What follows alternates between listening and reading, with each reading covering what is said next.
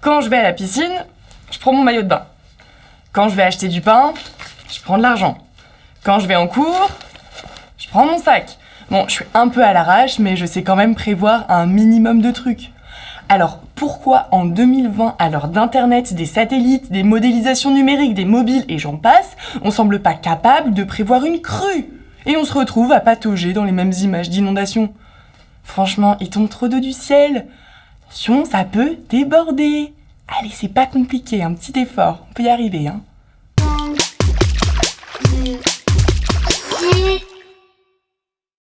Bon, d'accord, j'avoue, j'ai abusé.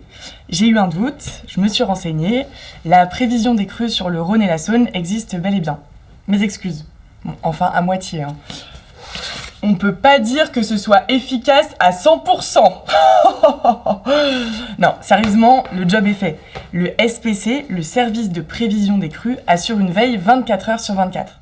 Il prévoit les crues avec pour objectif de bientôt prévoir les inondations. L'intérêt est bien sûr de pouvoir anticiper la montée des eaux pour mieux gérer la crise. Les maires et les préfets sont les premiers à utiliser les infos pour déclencher une alerte et mobiliser les moyens de secours en cas de crue importante. Et toi alors? T'attends sagement que les sirènes sonnent pour t'inquiéter? Bah non, tu peux aussi connaître l'état des rivières et des fleuves en restant bien au chaud chez toi. Simplement en te connectant à Vigicru. Un site internet qui t'affiche les cartes des cours d'eau en reprenant le même principe que la vigilance météorologique de Météo France. T'as déjà certainement entendu ou vu des bulletins météo qui te donnent des couleurs pour signifier le niveau de risque.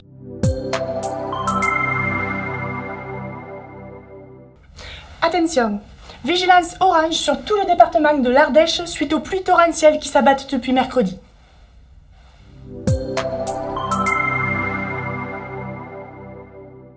Et bah, sur Vigicru, c'est pareil, avec des infos données en temps réel. Si le Rhône est vert, tout va bien. Jaune, la crue peut déborder, mais rien de grave. Orange, les débordements à venir sont importants et impactent les biens et les personnes. Rouge, risque de crue majeure avec menace généralisée. En clair, ça craint vraiment. Tu peux te mettre la rate au courbouillon, comme dit Mémé. La question est maintenant de savoir de combien de temps on dispose en cas de crue, pour faire ses bagages et fuir. La foudre, on le voit bien, c'est immédiat. Tu te la prends sur la tronche et c'est plié. Mais le Rhône, faut quand même des millions et des millions de litres pour que le gros pépère sorte de son lit. Globalement, la formation des crues se fait dans un délai inférieur à une journée. Ce qui est lent comparé à certaines crues torrentielles qui peuvent faire déborder les rivières en 1 ou 2 heures. Mais ce qui est rapide quand il s'agit d'organiser des secours à l'échelle d'une grande ville ou d'un département. Du coup, si les prévisions sont possibles, merci le SPC, pourquoi les inondations causent-elles encore des dégâts? Et bah tout simplement parce qu'il reste encore une incertitude. Les modèles qui calculent les probabilités de crue ne sont pas fiables à 100%. Tu le vois bien avec la météo, tu sors parfois en tongs alors que c'est des bottes en caoutchouc qu'il fallait. Pour les crues, c'est exactement la même chose. Certains débordements sont quand même plus faciles à prévoir, là où les berges n'ont pas de digue. Ils se ressemblent souvent d'une inondation à l'autre. Par contre, il manque quelquefois un élément dans l'équation. Un truc imprévu qui rend la prévision difficile, voire impossible. Je te donne un indice. Ça commence par B, en 6 lettres. Une B, une br, une braie. Non mais il faut vraiment tout faire soi-même ici.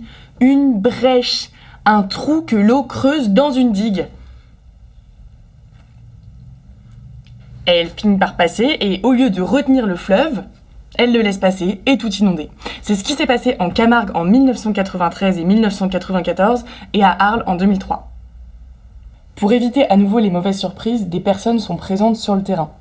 Dans le delta, là où le Rhône est entièrement endigué, c'est capital, en plus des travaux d'entretien. L'organisme qui gère les digues, le CIMADREM, place tout le delta du Rhône sous très haute surveillance dès l'automne jusqu'au printemps. Selon le niveau d'alerte, des équipes parcourent jour et nuit les 220 km de digues pour repérer d'éventuelles fissures. Et poser les premiers pansements grâce à des matériaux stockés dans les zones les plus sensibles. Mieux vaut prévenir que guérir, comme dit Mémé. En résumé, Les prévisions des crues permettent d'établir des bulletins de vigilance que tu peux retrouver sur Météo France et Vigicru. Mais attention, ça reste prévisionnel, il reste toujours un facteur d'incertitude. Mais pour moi qui habite en zone inondable, le site est devenu une adresse incontournable pour m'éviter quelques déconvenues en cas de crue. C'est toujours cool de lire l'avenir 24 heures en avance. Et là, du coup, t'es plus à l'arrache, tu peux anticiper. Franchement, c'était pas compliqué. Entre Rhône et Durance, mon cœur s'est arrêté. Je vais à une teuf ce soir, du coup je me suis fait ma coupe spéciale digue. C'est pas mal, hein? Il paraît que ça me va mieux que ma coupe spéciale crue.